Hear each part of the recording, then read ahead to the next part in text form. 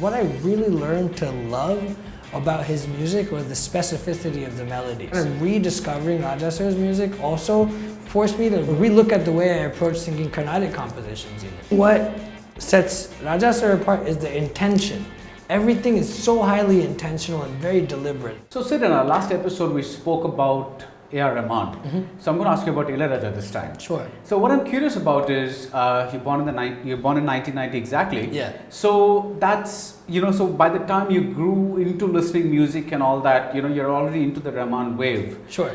So even in the US, that must have been the stuff that came big time to you like over there. For sure. So when did you first start listening to Ilayaraja's music, and when did you realize that he's such a legend? So I think passively the music would be around the house. My parents are both big fans, but it didn't really kind of grab me, in that I don't think I had the refined ear at the time, or like the frame of mind to really kind of like dig in with his music. When I was like in either like 8th or 9th grade, I watched Kalaimane for the first time, and I remember. Which year was this roughly? Probably like 2004, maybe. I remember being very viscerally kind of like drawn to the music, especially like the background score, everything, and how different sounds were really put to use. I wasn't really aware of how like these retro analog synthesizers were used, or like certain guitar tones and stuff like that. I put that all into a box of older music, and so you had heard it like on the background somewhere, but yeah, this was the first time with Kalaimane that you actually focused on it. Yeah, and Edhedho, that Chitra ma'am singing that song, that one definitely really registered for me. But again, at the time, like the internet was starting to become prevalent, but it wasn't the way it is now, where it's structured in a way where you can just go online and find anything. You had to still dig a little bit, and I didn't really have the patience to dig. So it was like a fleeting appreciation at that point for Raja sir's music. And this kind of remained through college. I went to college in Boston, and I got exposed to a lot of different Western forms of music at the time. I really got into like classical composers like Ravel and Debussy and other acts like Radiohead and like that kind of stuff. But my relationship with Indian cinema music was confined to the movies that I'd watched, and if AR sort of come out with something. Then after I got introduced into the industry, I started doing a lot more interviews, and people would ask me about Raja sir's music, and I'd feel like an idiot, because I was like, I'd get by. I'd kind of like figure out a way to get by and not sound like I was completely unaware. But almost out of necessity, I started digging a little bit. And once I really started digging and kind of just like finding, and even the digging was more of like, I wouldn't spend hours just like trying to find more of his music, but I'd like throw on a YouTube playlist, which would just go through his hits, and start identifying pieces that I really loved. And some of these pieces I would form these connections. So I've heard this before for sure, and if it stuck with me, and it wasn't just like this seems vaguely familiar, but I remember melodies almost exactly. Like Kanne Kalaimane, for example, when I re-listened to it, I recalled almost the whole song, and I think that's, if something can stick with you when you weren't even actively listening to it when you're younger, but it really sticks, that means that there's something that's profoundly impactful about that piece of music. So this is when I kind of really took the time to get a lot more into the music. What was really cool is that with a song like that one, or also the Kalaimane song, there's parts of the BGM that, again, the memory of those pieces were also intact. And for me, I listen for lyric a lot. I'm a vocalist, so I really listen for voices. But there were certain like guitar parts or little inflections that had still stuck with me and resonated and made me feel a certain way. So I think it's after that process of kind of like being in the industry, being around a lot of conversations, that I really took the time. And what I really learned to love about his music was the specificity of the melodies, where there's of the vocal parts. The vocal parts, yeah, where there is. I won't say there's no room for reinterpreting, but like if I sing Kanne Kalaimane, for example, it sounds horrible if I try to do something to it that is not in the original version, but it sounds gorgeous if you sing it just as composed. And I think that shows such a strength in the composition. You know, not only the composition, but the vision of how exactly it should be delivered. That was actually quite, it opened up my mind a lot, because up until that point, I come from my Carnatic background, and I'm always really into like the improvisation, right. Singing Edhedho, Swaram, Alapane, but actually kind of rediscovering Raja Sir's music also forced me to reapproach or relook at the way I approach singing Carnatic compositions even, or any composition, and just sticking to melody and not trying to do all these flourishes and embellishments to everything, and just the beauty and just singing a song the way it's supposed to be sung. So can you pull up some of these songs and take us through what you like about them? There's one specific, so we can listen to the whole thing. Even this, it's just like the way it opens with those sounds.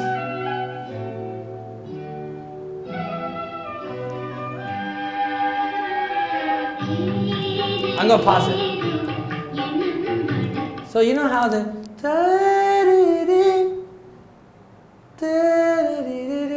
in the BGM, and then how when Chitra Ma'am comes in, it's extension of that same motif. Yeah. That's genius, because what it allows the listener to get a hint of what's to come, but just enough for them. It's not a direct repetition, but it's just like a little bit of the motif, a little bit of a permutation, like of what is the actual thing, right. And then she comes in right after. I think that's just gorgeous.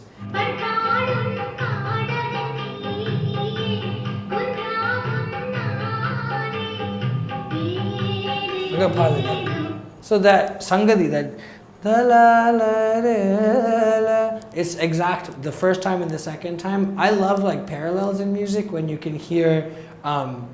It could be like, it's easy to make a small change in a Sangadi like that and make it different the second time. But I think when it's like, and again, I think it speaks volumes of Chitrama as well, and her adherence to like how to sing something, and the rhythm. It's not too complicated. It's like one rhythm that's almost on a loop that's going through the whole thing. It gives you that bed. You feel like you're just rocking with it. I think it's so sick.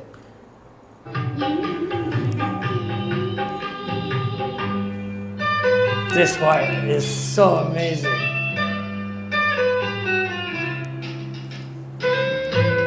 So there too, he's introducing like a new. Up until that point, you don't even get that note. Da, da, da, da, da, da.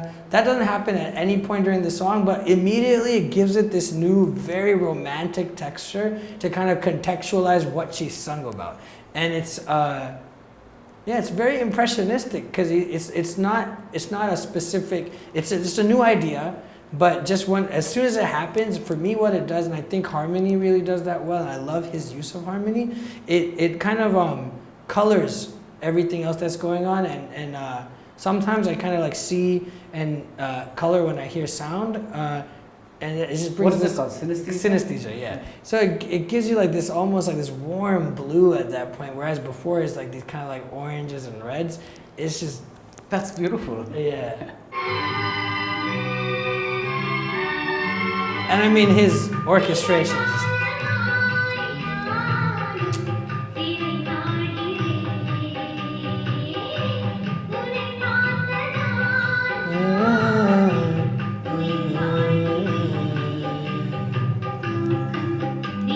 Those decisions. So the first time she's and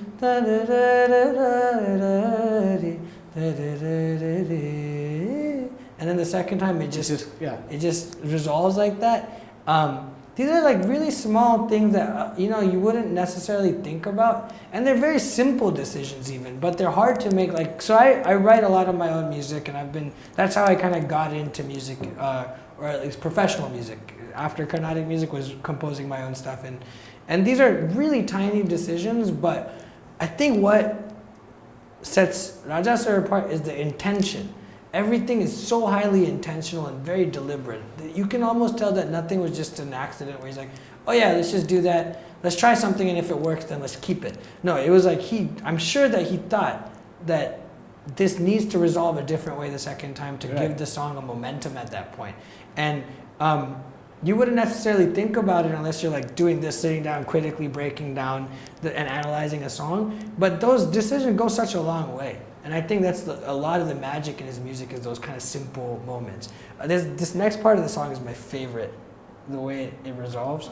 Okay, so before you play this next part, I just want to put you on the spot. Yeah. See, you just said that the beauty of Ilaiyaraaja is that everything is so predetermined, and he's not saying let's go try for this or whatever it is. Right. Whereas when you talked about Rahman in the last episode, you said that was the stuff that made him his, because he's asking you to try out things and let's try this and let's try that. So how do you resolve both as great musicians in your mind, or both approaches? Sure. Yeah, I think with AR, even more than him kind of like asking whether like me or like saying try this, he's constantly evolving a piece in real time, until he feels like it's there. So it's, you can hear the wheels turning, and just to be on the other side of that is insane.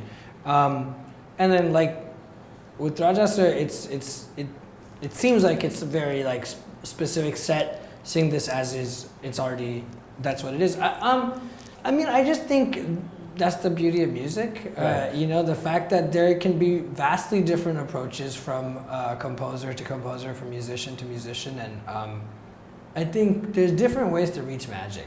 I think the most important thing, that's so abundantly apparent with both of the legends we're talking about, is they know how to identify that point when you hit that, like I said before, those moments of magic.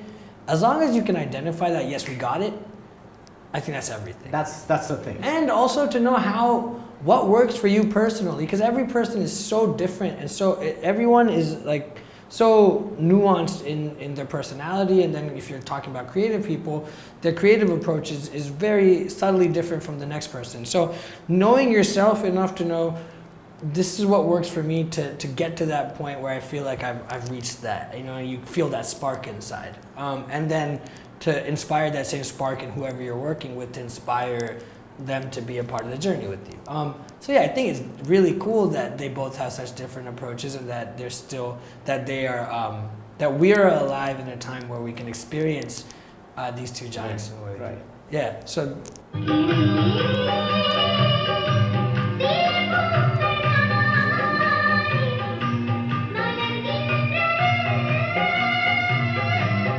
This next part.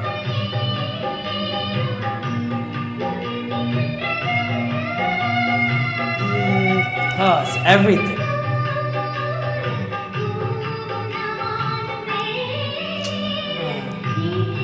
It's just, can I rewind that?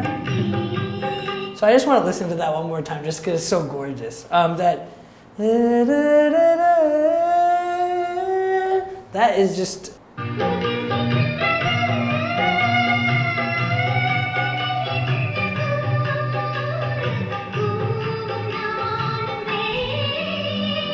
What I really like, especially about a song like this one, or all my favorite pieces by him are, they're not things that you can't like if I were to sing them, they're not things that you can't replicate, not in the composition, but like I can sing this without having to try very hard to hit the notes. Hitting the notes with pieces like this are not that hard, but locking in on the very kind of subtle movement of the notes and hitting them the right way, it takes an absolute and complete knowledge of what the song is, really internalizing and understanding and retaining the melody and the lyric, so that when you sing it, you can sing it exactly the same. And to honor the musician that it comes from. If you're singing a Raja sir piece, you want to honor that approach that we're talking about, of being very intentional and honoring the fact that this was his vision of how it should be. You know what I mean? I think that's really big. So let's say, there are lots of people like Agam. Sure. Let's say they reinterpret Carnatic music Sure. in a very different way. Yep. So I think they do a fantastic job. Sure. So, but it's not Carnatic music as we know it. For somebody that's used to improvising and used to singing a certain way, if somebody said, let's do like a Raja on blues or something like that, and say, let's reinterpret Ilayaraja's songs on blues, would that be a project that would interest you? My first instinct is to say that I'd politely decline, but it really depends on the context. Okay. You know, it depends on who, how. What it comes down to is whenever you're reinterpreting something or reimagining something, are you maintaining and preserving the core essence of whatever the form is? Right. When it comes to Carnatic music, I think there's certain like tenets, there's certain fundamentals that you shouldn't mess with, being raga structure, the text of the song. In the same way, when we're talking about Raja Sir's music, or you know, any one of the greats, are you maintaining that core? Are you diluting it? And it's a very, very, very kind of like thin line. Again, and I think I say this at the risk of sounding very conservative in terms of like what I think should be allowed or not allowed. I think what people do or don't do is like, especially with music and art, is not in any one person's control. It's going to happen regardless. And there should never be any gatekeepers saying you can do this, because that's dangerous. Let's take any of those Cole Porter songs, right? Like the big Broadway songs, like let's say Night and Day. Sure. You know, Ella Fitzgerald's done it. You know, different people have done it in their own ways. Sure. Right. So you have a standard. That's why it's called a standard. It's there. Yeah. And nobody's killing that song. Sure. But at the same time, you are making it a Sid Sriram version of it. For sure. So I'm saying, would that be something? Because you spoke about the deliberateness of his music being the soul of it. Sure. So that's why I'm curious about whether... Yeah, I think if I could find a way to do it, like, you know, I've covered some Raja Sir songs. I still do. Thenpandi Cheemayile is one of them, and I've gotten some flack for it, for sure. It really comes down to how the artist who is reinterpreting feels, and if they're kind of like deeply are able to do it justice, just to themselves, forget who's listening. Yeah, I think if first I'd have to identify what that essence is, what that core is, you know, and intentional, deliberate, and then beyond that on certain aesthetic decisions, you know, like if I was going to reinterpret it, what instrumentation would I use? Why would I use that I think, okay, so this is, I just arrived at my answer. I think that was throat clearing. Okay. I think what it is if I was going to reinterpret his music or any music of any one of the greats, you know, what I'd make sure is I want my process to reflect their process. And I think that's a really good way to reach a point where you can reinterpret it and do the song justice. So I'd want to be equally as deliberate when I'm making my decisions on why a certain instrument comes in or why I do a certain vocal inflection, or I wouldn't want to just, you know, just go off and start singing like in the middle of this song, let's say like Alapane or something like that, you know what I mean? I think that's a pretty good way to do it. Okay. Another song, please. Sure. I'm going to just play my favorite, Thenpandi Cheemayile, and with Raja Sir singing. Okay, so you said you got some flack for interpreting this. What exactly was the crux of that flack? Why are you messing with the classic? That was. So what is the exact objection? So I did it like with guitar. So you changed the instruments around, and that was subjective. I changed the instruments. I changed the. Okay, so this was from a live show that I took and I put it up. And I think like I was like emotionally moved at one point, so a lyric kind of got a little like garbled. So people were upset with that because I mean it's, you know, and rightfully so. Yeah. Actually, let's listen to the song of his version, and I can tell you more about that, because I think his version, the way he sings it. Thenpandi Cheemayile therodum veediyile maan pola vandavane yaar adicharo valarum paraye theyade iniyo aduthu. So do you hear like in the end of that how his voice trails off and it gets a little like cracky? Yeah, hoarse, yeah. Like, I think that encapsulates, that specific moment encapsulates the whole song, where it's, you just hear everything, every layer of emotion that probably was there when he was composing it, when he's singing it, it just cuts right to the spirit, the ethos of what that piece is. And I think, well, let's listen a little bit more. Bane.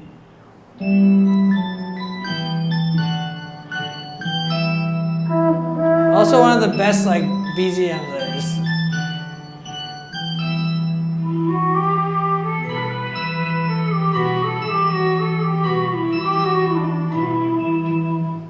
Thenpandi Cheemayile Thenpandi, like therodum veediyile maanola vandavane yaaradittaro. So I think people's main objection with this was that I didn't take the time to. They didn't express it this way. All they would say is that that's not working. Why would you do this? What are you doing? Why? You know, like one of those. But I think I took some time to think about it. I realized that at first I didn't necessarily take the time to internalize. You know, what is the emotional output behind it? What is the source? What is he trying to communicate? Why does he?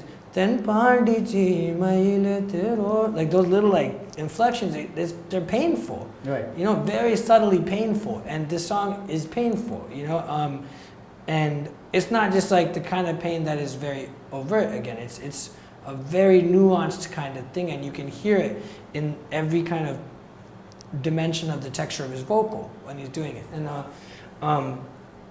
so I, you know, and this ties back to your previous question. I think it's really important, especially with these legendary pieces that people swear by, they live by. Which they have internalized. Yeah. And you got it. When you're doing something like this, you're not only trying to do justice to the legend, but also, you know, the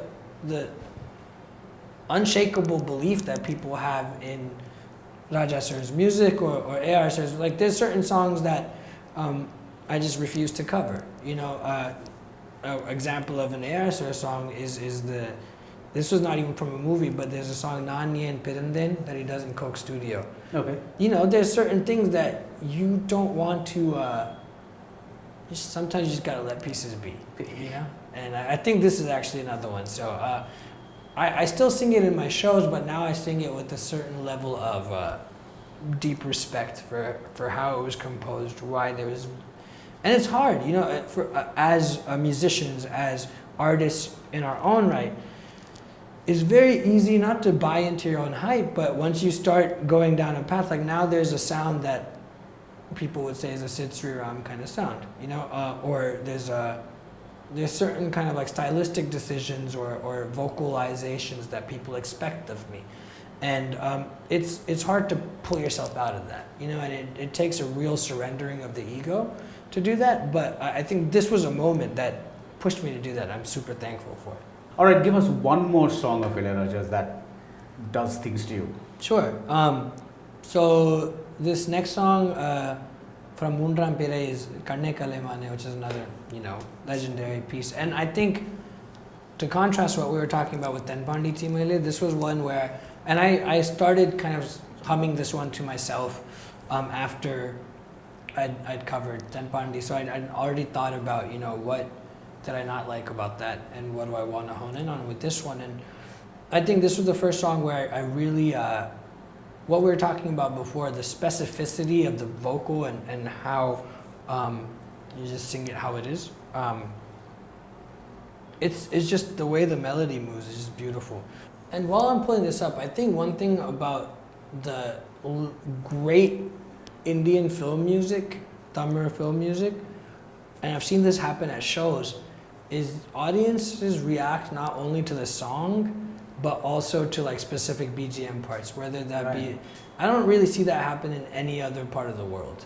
You know, I cannot watch an Ilayaraja live show.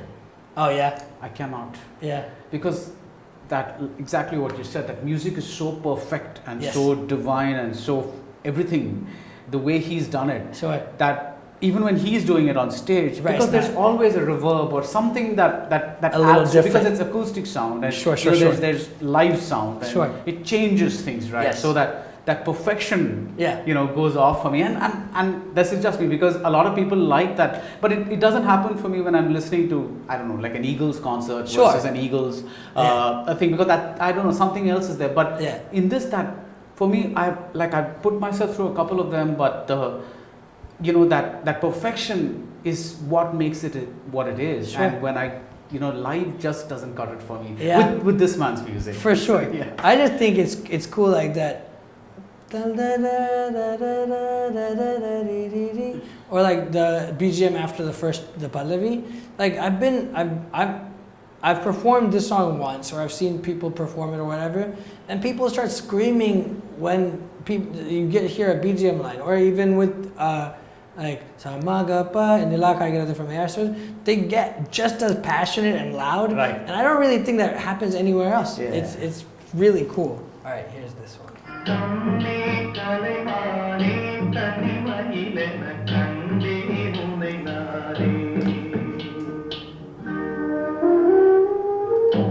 So like that, I think that Cheemayile, like that little bend. It's like you can say Cheemayile, you can flatten it or something. It doesn't have the same impact. But when he does that bend, it's just.